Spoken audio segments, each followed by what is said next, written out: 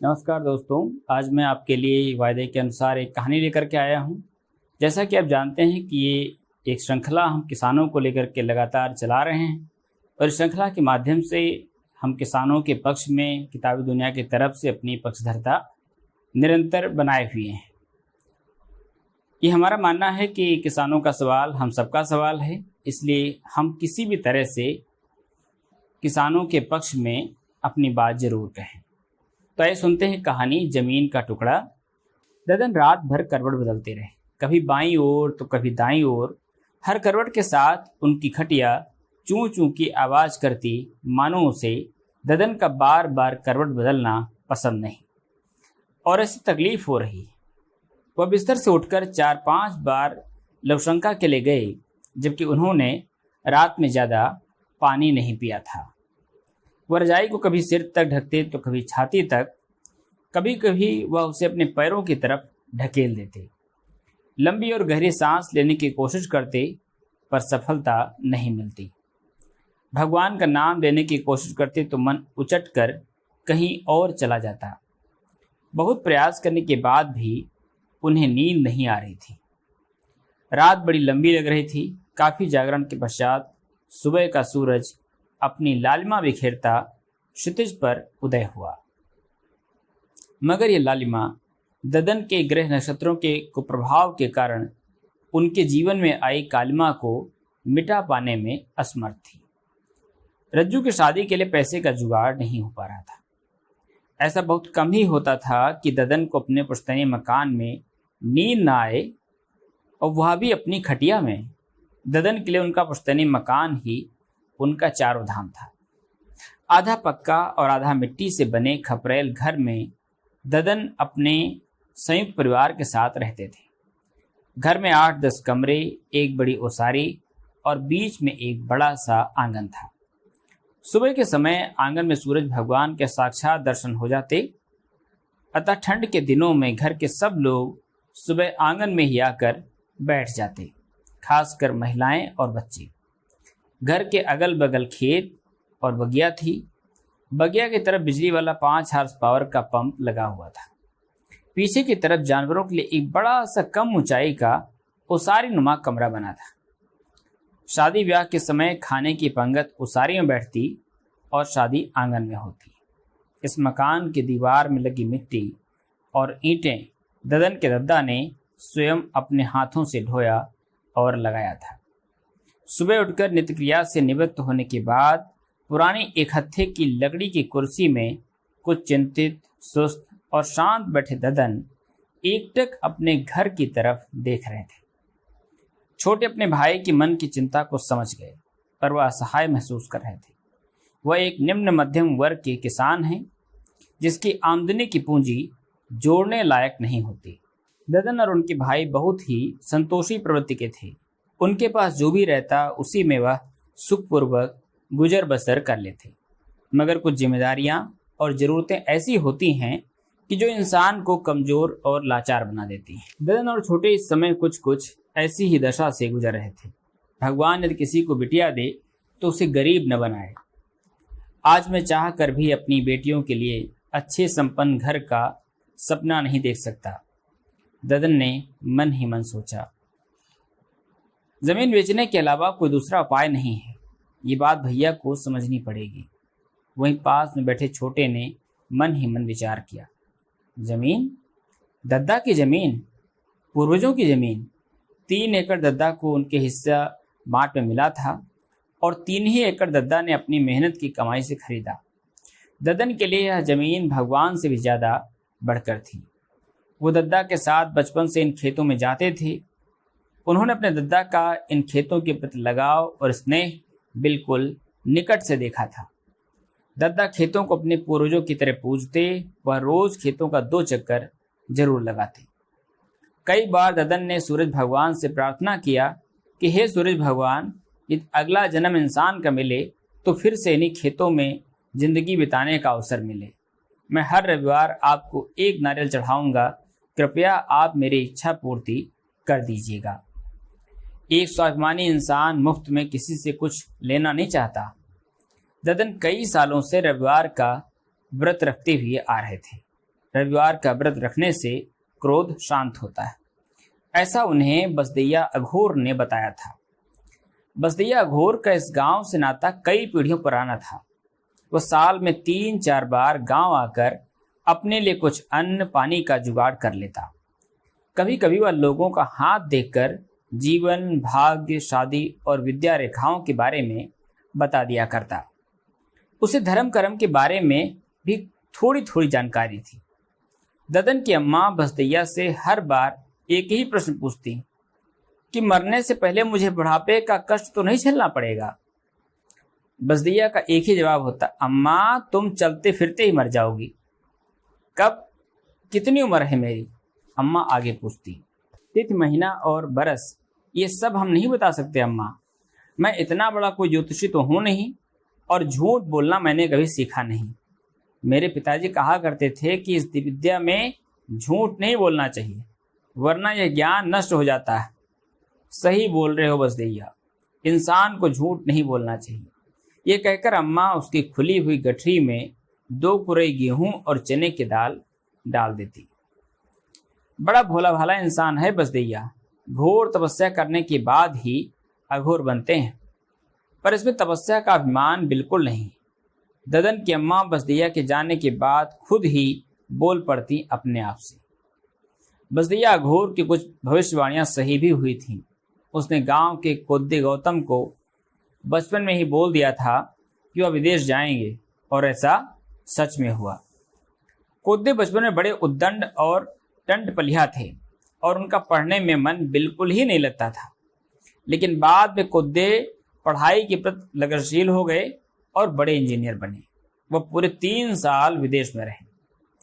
ददन को उदास देखकर सुबह की चाय की चुस्की लेते हुए छोटे अपने मन की बात बोले, भैया खेती से जब आमदनी नहीं होती है तब कुछ जमीन बेच देने में क्या हर्जा है। छोटे, जमीन बेचने की बात दोबारा मत करना। मैं अपने पुरखों की जमीन कभी नहीं बेचूंगा। ददन भावावेश में आकर हिदायत देते हुए बोले। छोटे चुप हो गए। वो ददन का बड़ा लिहाज करते थे और कभी उनसे बात नहीं बढ़ाते थे। भतीजी की शादी को लेकर वह भी बहुत परेशान थे। ददन का चेहरा को सिकुड़ गया और उनको देखकर अंदाजा लगाया जा सकता था कि वह गुस्से में हैं। गुस्से के समय उनके चेहरे की आकृति बिगड़ जाती और देखने में वह कुछ अजीब से लगते। अम्मा अक्सर कहती कि ददन नकचढ़े और छिरहा हैं। गुस्सा उनके नाक में रहता है, पर वह दिल से बड़े साफ हैं। उनका गुस्सा जितना जल्दी आता है उतना ही जल्दी उतर जाता है। चाय के बाद सब अपने अपने काम में लग गए। किसान का नाश्ता तो गुड़, चना और चाय ही होता है। नवंबर का महीना था। ठंड जोर पकड़ रहे थे। खेतों में जुताई और बुआई का काम बड़ी तेजी से चल रहा था। हर साल की तरह मुख्यतः गेहूं ही बोया जा रहा था। कुछ खेतों में रहीला यानी चना और मसूर भी बोई जा रहे थे। चारों तरफ ट्रैक्टर और पंप की आवाज़ सुनाई देती।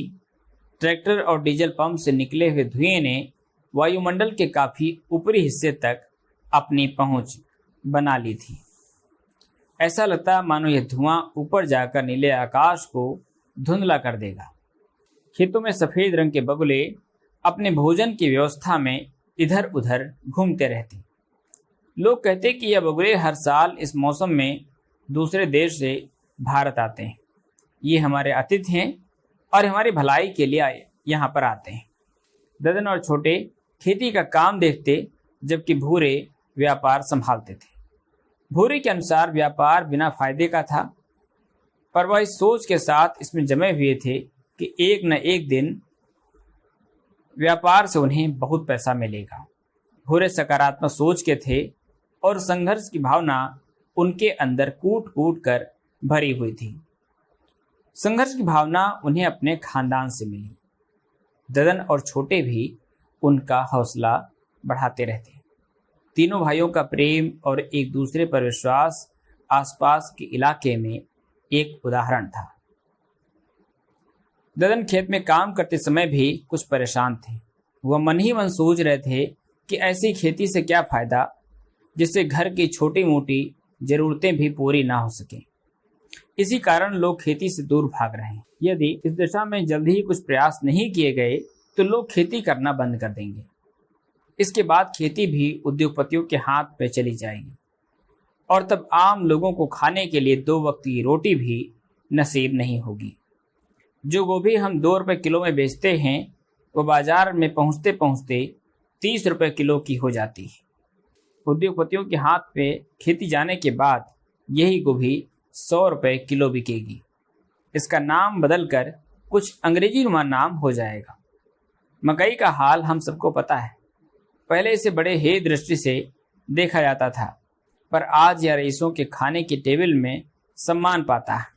इसी तरह कोदो को गरीबों का भोजन कहा जाता था, पर आज यही कोडो राइस के नाम से 5 स्टार होटल की एक डिश है।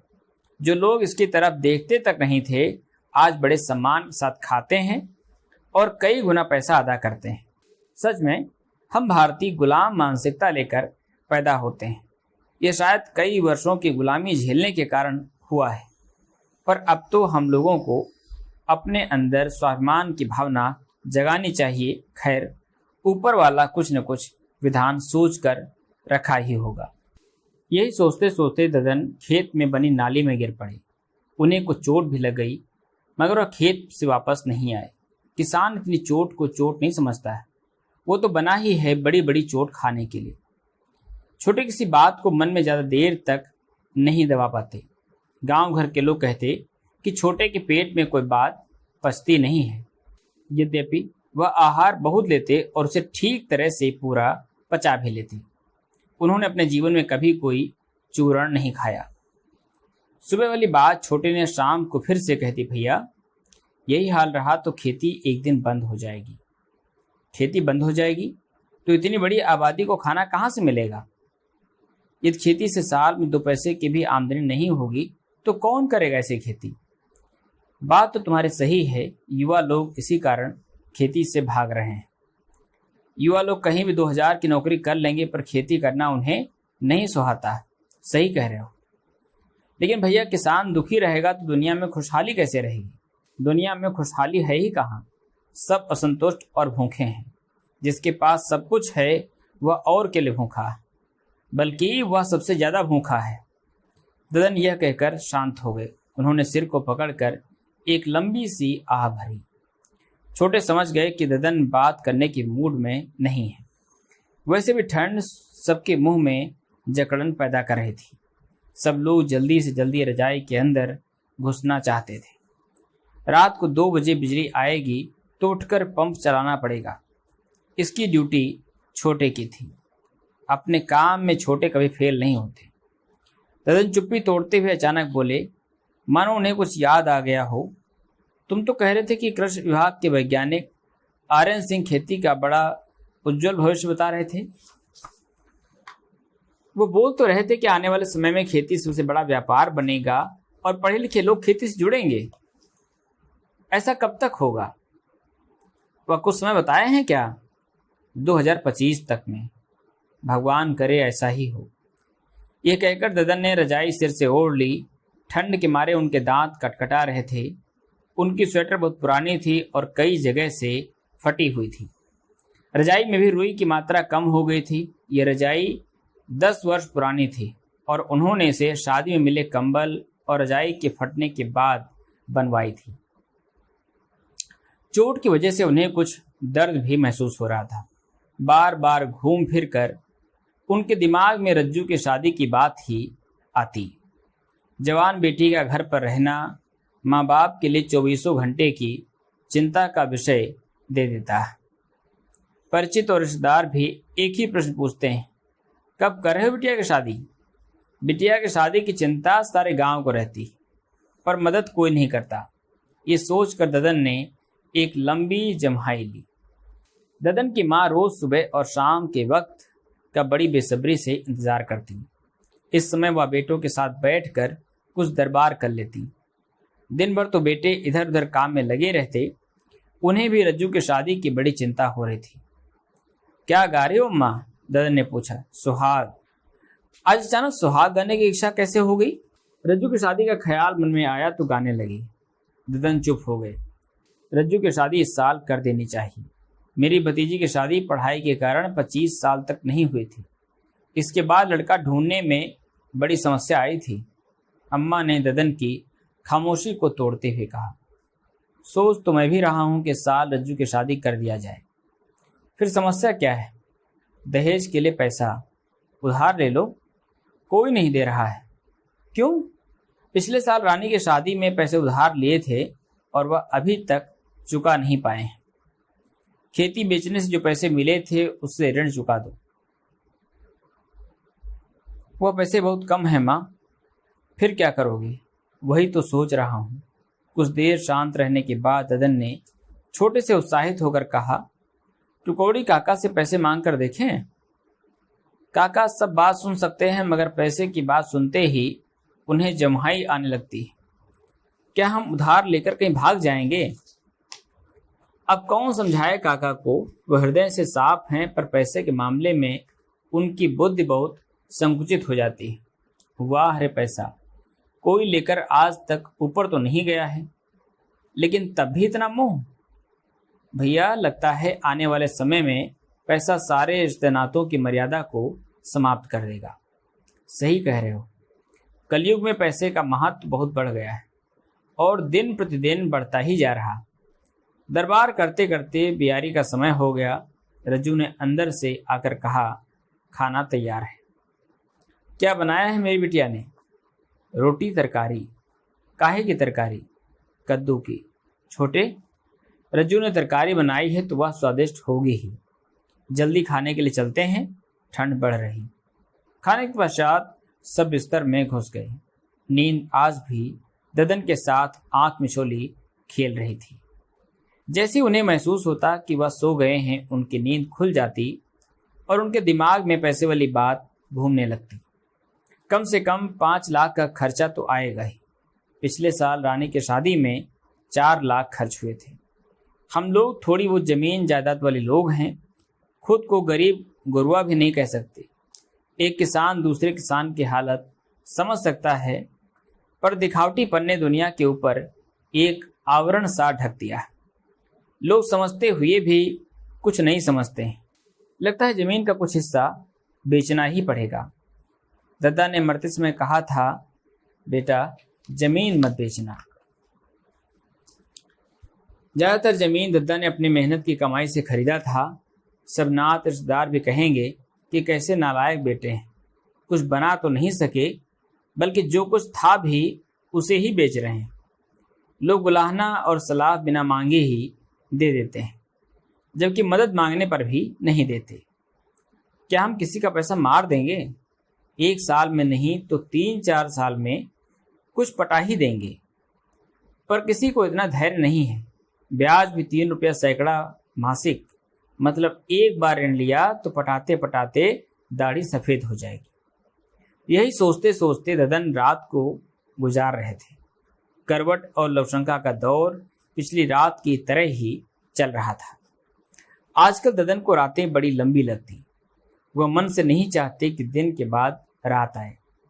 यदि उनका बस चलता तो वह ग्रहों की गति बदल देते, पर वह तो किसान हैं, कोई तांत्रिक नेता वैज्ञानिक नहीं। गरीबों और किसानों के लिए ठंड का मौसम खुशी और कष्ट दोनों देने वाला होता है। खेतों में उगे फसल के नन्हे नन्हे पौधे देखकर किसान खुश होता है। चारों तरफ हरियाली ही हरियाली दिखती है। कुछ समय के लिए हरियाली थोड़ा सुकून और विश्वास जरूर देती है, मगर किसान के हृदय के भीतर दूर तक फैले वीरान मरुस्थल को यह पूरी तरह खत्म नहीं कर पाती। माघ पूष की ठंड भी किसानों और गरीबों के शरीर की हड्डियों को इधर उधर हिलाकर ढीला कर देती है। छोटे के अंदर जमीन का हिस्सा बेच देने के बाद उफनाती नदी के पानी की तरह उछाल मार रही थी। वह गंभीर अधीरता के चंगुल में बुरी तरह जकड़ गए थे। वो मौका देखकर इसे बार बार बोलना चाहते। सुबह चाय की चुस्की लेते हुए ददन कुछ सोचते हुए बड़े चिंतित भाव से अपने बाएं पैर के अंगूठे की तरफ देख रहे थे। छोटे से जब नहीं रहा गया तो उन्होंने उस बात को कह ही दिया जो ददन सुनना पसंद नहीं करते थे। भैया जमीन बेच देते हैं। आज ददन चुप रहे। कुछ हिस्सा बेच देने से पिछला कर्ज पड़ जाएगा और रज्जू की शादी के लिए पैसे का जुगाड़ भी हो जाएगा। छोटे ने कहा। अम्मा बहुत दुखी हो जाएंगी। हम लोग समझाएंगे तो वो मान जाएंगी। रज्जू की शादी के लिए आखिर वह भी चिंतित हैं।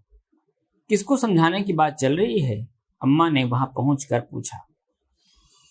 अम्मा, हम सोच रहे हैं कि सड़क के किनारे वाली जमीन का कुछ हिस्सा बेच देते हैं। छोटे ने कहा। क्यों? पैसे का और कोई दूसरा उपाय नहीं दिख रहा है। वह जमीन तुम्हारे बाबूजी ने अपनी मेहनत से खरीदा था और उन्हें वह बहुत पसंद थी। हमें पता है अम्मा, पर हम विवश हैं, मजबूर हैं। छोटे ने कहा। अम्मा ने ज़्यादा बहस करना उचित नहीं समझा। वह सिर नीचे करके वहीं बैठ गई और अपने पैर की उंगलियों को हाथों से पकड़ पकड़ कर इस तरह से देखने लगी मानो उन्हें पहली बार देख रही हो। विवशता इंसान को खोखला कर देती है। इंसान अपने आप तक ही सिमटने लगता है। थोड़ी देर के बाद अम्मा उठकर अपने कमरे में चली गई। हे चिरौला के बजरंग बली, यही दिखाने के लिए आप मुझे जीवित रखे हुए हैं। मैंने तो हमेशा आपकी मनौती समय पर दी है, सदैव आप पर विश्वास किया है। क्या आपके पास हमारी समस्या का कोई उपाय नहीं है? गरीबों के लिए यदि आप नहीं सोचेंगे तो कौन सोचेगा?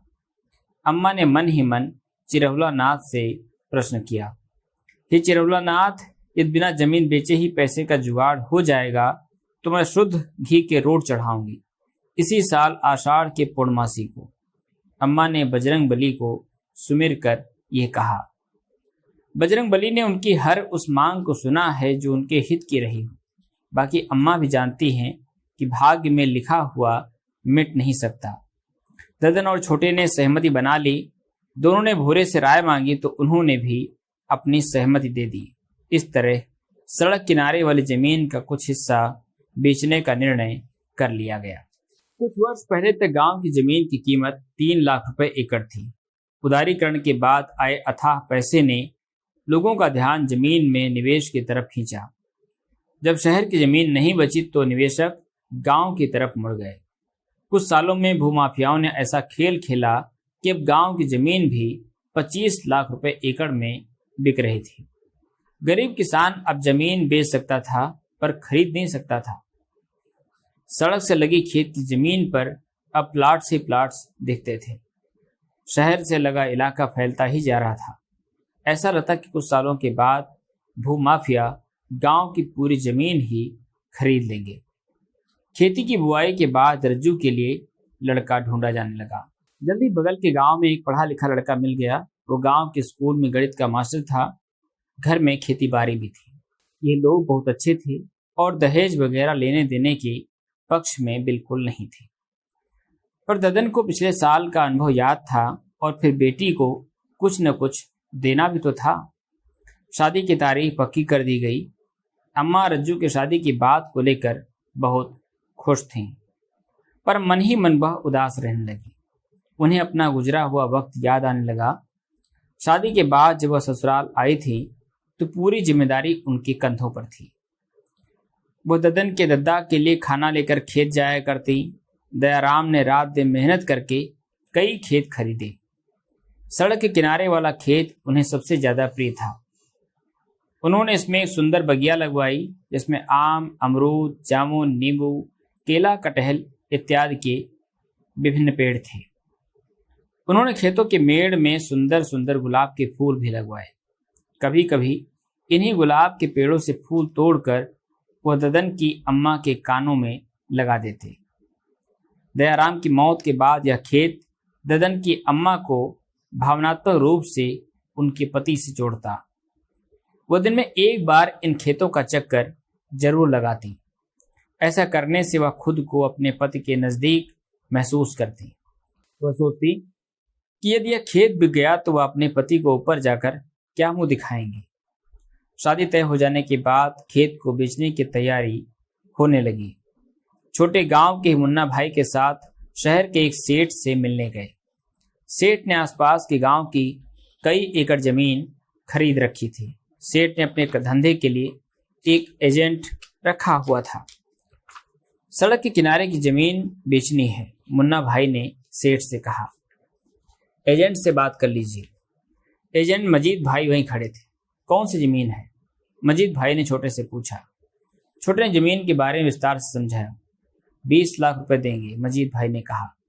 चलो छोटे, कहीं और बात कर लेते हैं। अरे रुकिए मुन्ना जी, आप बड़ा जल्दी निर्णय ले लेते हैं, मजीद भाई ने कहा। आप हम लोगों को भिखारी समझते हैं क्या? हम अपनी ज़मीन की कीमत मांग रहे हैं। आप नहीं देंगे तो कोई और मिल जाएगा। चलिए 25 लाख दे रहे हैं। मुन्ना भाई छोटे को लेकर उठ कर जाने लगे। अरे रुकिए रुकिए, आप क्या कीमत लगाएं? 35 लाख खेत का और 5 लाख बगिया का। ये ज़्यादा है। ठीक है, हम कहीं और बात कर लेते हैं। इतने पैसे जब कोई नहीं देगा तब हम वापस आकर आपसे बात कर लेंगे। ये कहकर मुन्ना भाई उठने लगे। चलिए, ये सौदा मुझे मंजूर है। पैसा कब तक मिलेगा? 10 लाख अभी, बाकी रजिस्ट्री के बाद। मंजूर है। रजिस्ट्री हम अपने हिसाब से कम रेट में करेंगे। ठीक है, हमें कोई आपत्ति नहीं। हम लोगों को भी पता है कि आप लोग यही सब करके अपने धन की रक्षा करते हैं। मुन्ना भाई, आपको इस धंधे के बारे में सब पता है, मजीद भाई ने कहा। आप लोगों ने गांव के अगल बगल की सारी जमीन खरीद ली है। यही सब सुन जान कर हम लोगों को रेट के बारे में पता चलता है। आप लोग बेचते हैं तो हम खरीदते हैं, इसमें हमारा क्या दोष है? आजकल जमीन बेचना शौक बन गया, लेकिन हम शौक के लिए जमीन नहीं बेच रहे हैं। मैं आप लोगों को नहीं कह रहा हूं, लेकिन ज्यादातर लोग जमीन बेचकर आलीशान घर बनवाते हैं और महंगी गाड़ी खरीदते हैं। जब जमीन से मिले पैसे खत्म हो जाते हैं और पेट्रोल के लिए पैसा नहीं रहता, तब सस्ती कीमत में गाड़ी को बेच देते हैं।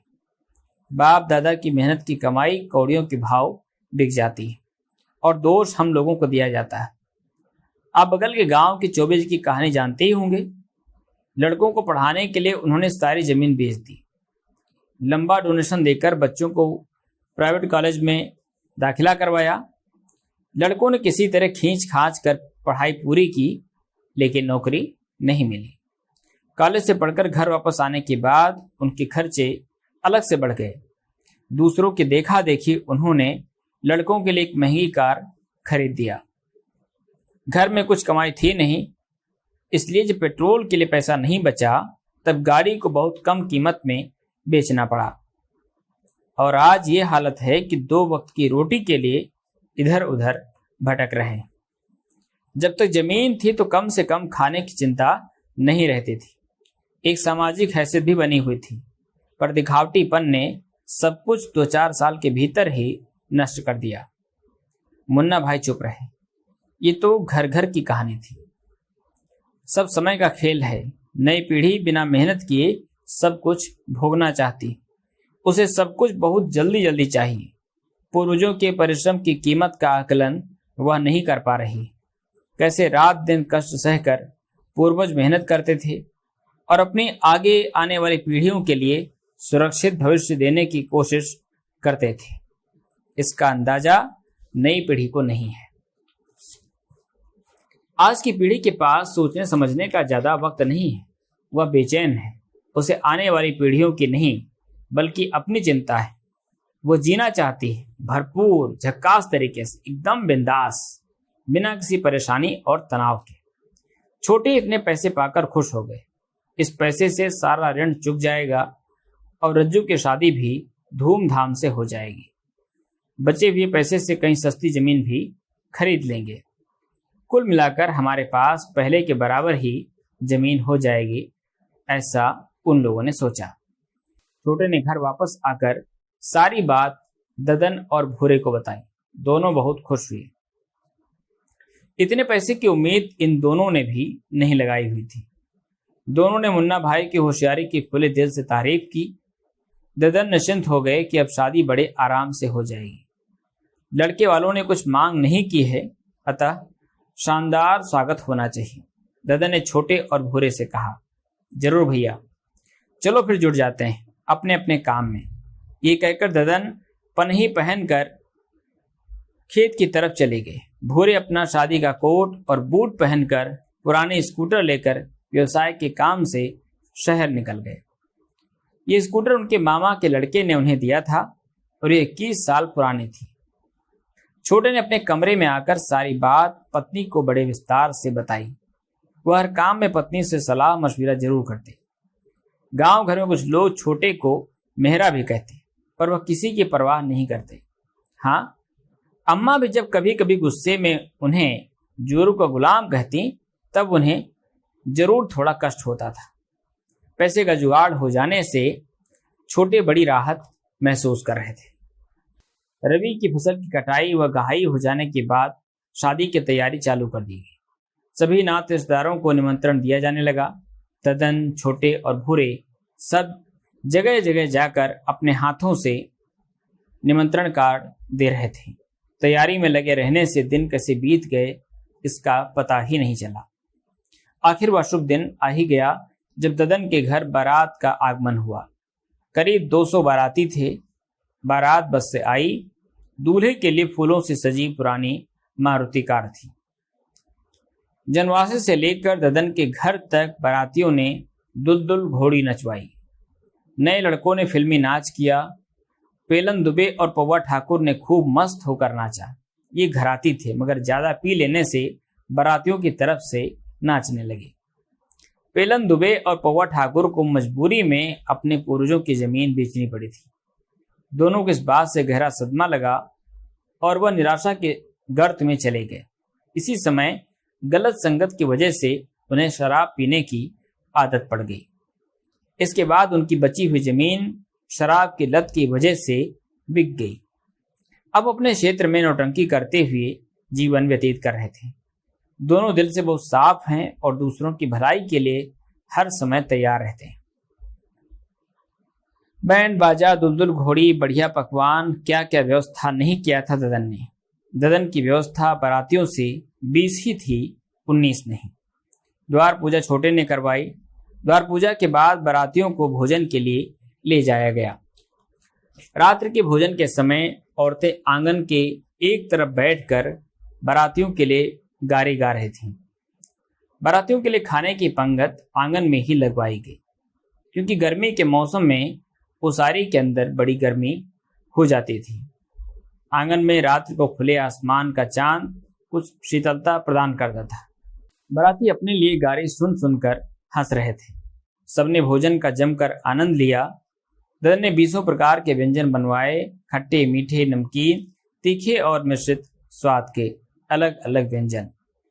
खाने के बाद बढ़िया बंगला पान। बाराती ऐसे प्रेम भरे स्वागत से गदगदा गए। इससे पहले आसपास के क्षेत्र में ऐसा स्वागत उन्होंने न कभी सुना था और न देखा था। बाराती लड़के के पिता को बधाई दे रहे थे कि इतना बढ़िया नात रिश्तेदार मिले हैं। धन्य हो राम सहोदर, धन्य हो, ऐसा दिलदार संधि मिला। विदाई में भी बहुत सा सामान दिया गया और सभी बारातियों को पूरे 50-50 रुपए विदाई। बुजुर्गों को धोती और कुर्ते का कपड़ा अलग से। ढम ढम ढोल बज रहा है। इस गीत के साथ रज्जू की विदाई हो गई। ददन की आंखों में आंसू थे, पर इसमें बेटी की विदाई के दुख के साथ साथ उसके अच्छे घर में जाने की खुशी भी शामिल थी। वह अपनी लड़कियों को बहुत मानते थे। अम्मा ने भी रज्जू को गले लगाकर आशीर्वाद दिया। वह बहुत खुश थीं कि रज्जू को अच्छा घर मिला है। सभी नात रिश्तेदारों के आने के कारण घर में चहल पहल बनी हुई थी। अम्मा सभी के साथ मिलजुल कर रहने की कोशिश करती, पर जमीन बिकने की बात से वह अंदर ही अंदर बहुत दुखी थी। उन्हें लग रहा था कि उनके पति उन्हें दोबारा छोड़कर चले गए। रज्जू ने दादी से गले लगकर रोते हुए वादा किया कि वह जल्द ही उनसे मिलने वापस आएंगी। उसने दादी को अपना ख्याल ठीक से रखने के लिए कहा। बसदिया अघोर शादी के अगले दिन अपनी पूरी मंडली के साथ पहुंचा और खूब पूरी तरकारी खाई। शादी ब्याह की खबरें अघोर जरूर रखते हैं। चारों तरफ की जमीन बिक जाने से गांव की गली गली अब बदली बदली सी लग रही थी। गांव का नक्शा पूरी तरह बदल गया। खेत बंट बट कर छोटे होते जा रहे थे। ऐसा लगता मानो खेत भी अपने बंटवारे से दुखी हैं। आखिर बार बार बिकना कौन चाहता है। बड़े बुजुर्गों को गांव की दशा बिल्कुल भी अच्छी नहीं लगती। वह व्यथित और असहाय महसूस करते थे, भीष्म की तरह। विदाई का दिन रोने धोने में ही चला गया। आज वह भी रोए जिनकी आंखों में कभी आंसू नहीं आते थे। कोई भी आंसू की बूंद नकली नहीं थी। दोपहर के बाद माहौल कुछ हल्का हो गया। लाउडस्पीकर अभी भी बज रहा था। लोग लाउडस्पीकर का गाना अपने घर से सुन रहे थे। लाउडस्पीकर उत्सव के ही समय में बजाया जाता है। इसमें बजने वाले गाने जरूर उत्सव और समय के अनुसार नहीं रहते। देवी पूजा में भी फिल्मी गीत ही बजाए जाते हैं। भूरे ने कुछ साल इस व्यवसाय में भी हाथ आजमाया था। वह हारमोनियम अपने हाथों से बजा लेते थे, वह भी पूरे धुन से। परिवार वालों का रात्रि का भोजन ददन के ही घर में था। ददन की अम्मा ने रात का खाना नहीं खाया। घर वाले सबको खिला पिला कर सो गए। सबने सोचा कि मिठाई वगैरह खा लेने से अम्मा का पेट खराब हो गया होगा। उत्सव के समय वह मीठा कुछ ज़्यादा ही खा लेती थी, खासकर रसगुल्ला, जलेबी और बूंदी। सुबह सब लोग कुछ देर से उठे। 2 दिन की मेहनत ने सबको थका दिया था। शादी के दिन घर वालों को पूरी रात जागना पड़ा था। अम्मा भी सोकर नहीं उठी। जब काफ़ी देर हो गई तो बड़ी पतोहू उन्हें जगाने के लिए उनके कमरे में गई। उसने पाया कि अम्मा हमेशा के लिए सो गई और अब वह कभी नहीं उठेंगी। उनकी सांस नहीं चल रही थी और हृदय भी धक धक नहीं कर रहा था। ददन, छोटे और भूरे को जब ये खबर लगी तो वह दौड़कर अपनी अम्मा के पास पहुंचे और वहीं बैठकर दहाड़ मारकर रोने लगी। दोस्तों, ये रही कहानी ज़मीन का टुकड़ा। इस कहानी को सुन करके अगर आपको ये लगा हो कि ज़मीन का सवाल कितना बड़ा सवाल है और हम सबको इसके बारे में विचार करना चाहिए। और ये कहानी हम ऐसे समय में पढ़ रहे हैं जब किसान आंदोलन चल रहा है और पिछले दिनों किसानों के ऊपर गाड़ी चढ़ा दी गई, जिसमें कई किसान मारे गए। तो ऐसे में किसानों के बारे में हमारी जो राय है वो क्या होनी चाहिए, इससे आपको और हमको तय करना है। दोस्तों, अगर एक कहानी अच्छी लगी हो तो इसे अपने दोस्तों के साथ साझा करिएगा और ये जरूर लिखिएगा कि इसमें कमियां क्या रह गई। शुक्रिया।